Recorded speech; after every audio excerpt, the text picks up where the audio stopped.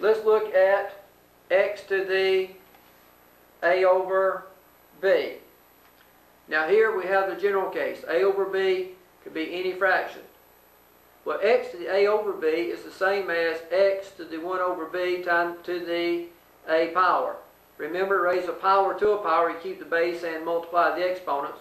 So if I multiply 1 over b times a over 1, I'd have 1 over b times a over 1 like this. And of course, 1 times a is a, b times 1 is b. So we get the same thing.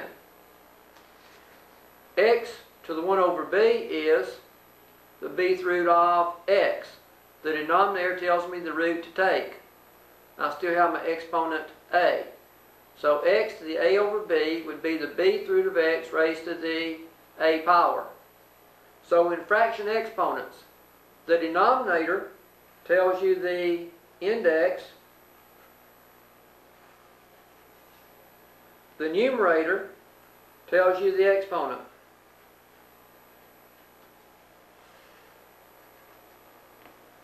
The denominator tells you the index of the radical, and this symbol is called the radical symbol. The numerator tells you the exponent. Definition. And I've started this one. I'm just going to write in definition form what I've just given you. Let x denote a real number, and let a and b denote integers with b not 0. X to the a over b is the bth root of x raised to the a power, provided that the bth root of x exists. Now, of course, the bth root of x will exist unless x is negative and b is even. If x is negative and b is even, this notation has no meaning, and we would say it's not real.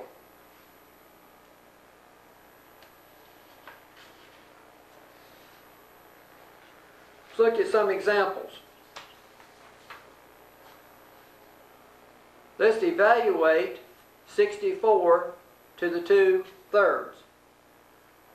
Well, this is going to be the cube root of 64 squared. The denominator tells me the index of my radical. The numerator tells me the exponent. Now, to do the cube root of 64, I'm saying I need one of 3 equal factors whose product is 64. Well, 4 times 4 times 4 is 64, so therefore I would have the cube root of 64 is 4, and I just bring my 2 on. So I just bring the 2 over there. And then, of course, 4 squared is 16. So 64 to the 2/3 is equal to 16. Now I'll show you that the calculator will also give you the same thing on that. If we do 64 to the 2/3 on the calculator, I can put in 64. I can hit my y to the x key to say I'm raising it to the power. Put in my parentheses, I'm raising it to the 2/3 power, so that would be 2 divided by 3, close parentheses, and hit equals. And there comes the 16.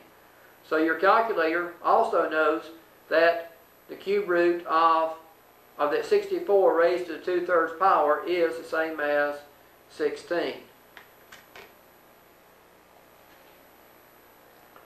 Let's look at 25 to the 3/2. This is the same as the square root of 25. If there's no index written, it's understood to be 2 raised to the 3rd power. The square root of 25 is the same as 5. Bring my exponent over, so I've got 5 raised to the 3rd power, which is 5 times 5 times 5, which is 125. -8 to the 2/3. Well, this would be the cube root of -8 squared. The denominator tells me the root to take. The numerator tells me the exponent. To do the cube root of -8, I need something to use as a factor 3 times to give -8. That would be a -2. Bring over my square, so I have a -2 squared. which is a positive 4.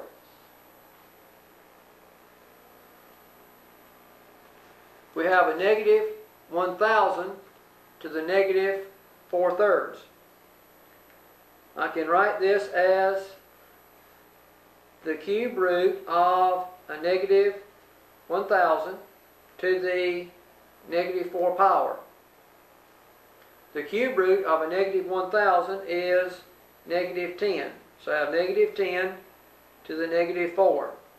Because what uses factor 3 times gives a negative 1,000. The answer is negative 10. Now the negative exponent tells me to take the reciprocal.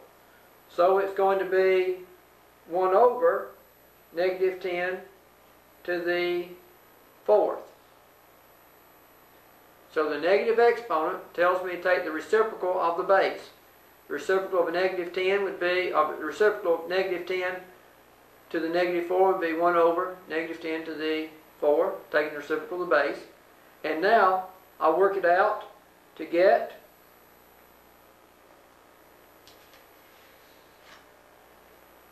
one over 10,000. 1, negative 10 times negative 10 times negative 10 times negative 10 is 10,000. So the answer would be 1 over 10,000.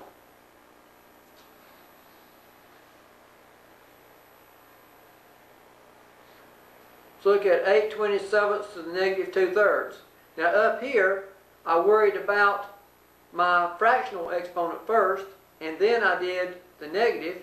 Now I'm going to do the negative first. It doesn't matter which way you do it, whichever you think is easier. The negative exponent tells me to take the reciprocal. So it would be 27/8 to the positive 2/3. The negative exponent tells me to take the reciprocal of the base. The reciprocal of 8/27 would be 27/8.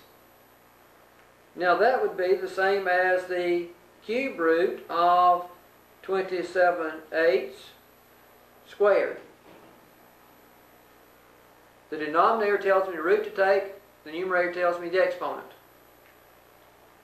The cube root of 27/8 is 3/2, so I have 3/2 squared.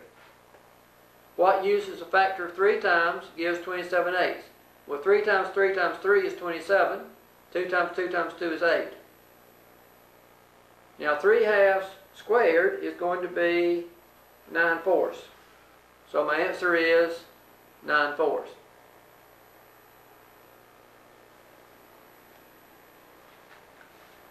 Let's look at the last one. Negative 16 to the 3/2. Well, this would be the same as the square root of negative 16 cubed. I cannot take the square root of a negative number, so this one is not real. Not real.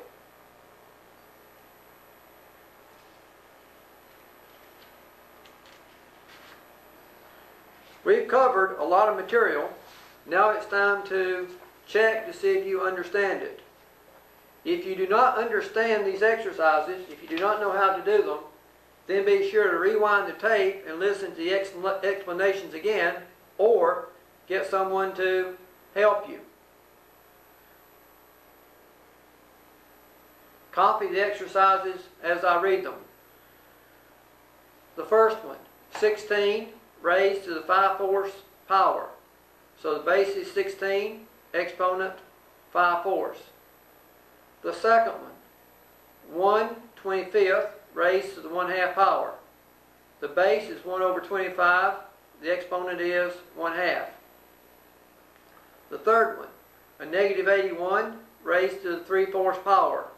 The base is negative 81, the exponent is 3/4. The fourth one, 64/81 raised to the negative 3/2 power. The base, 64 over 81. The exponent, negative 3/2. Once you have copied the problems, be sure to stop the tape, work the problems, and then restart the tape to check your answers.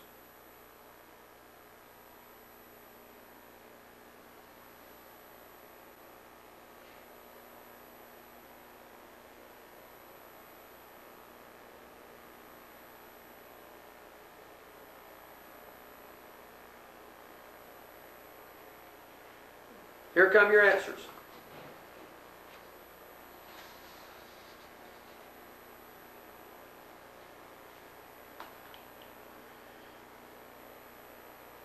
If you disagree with any of these answers, be sure to check with someone.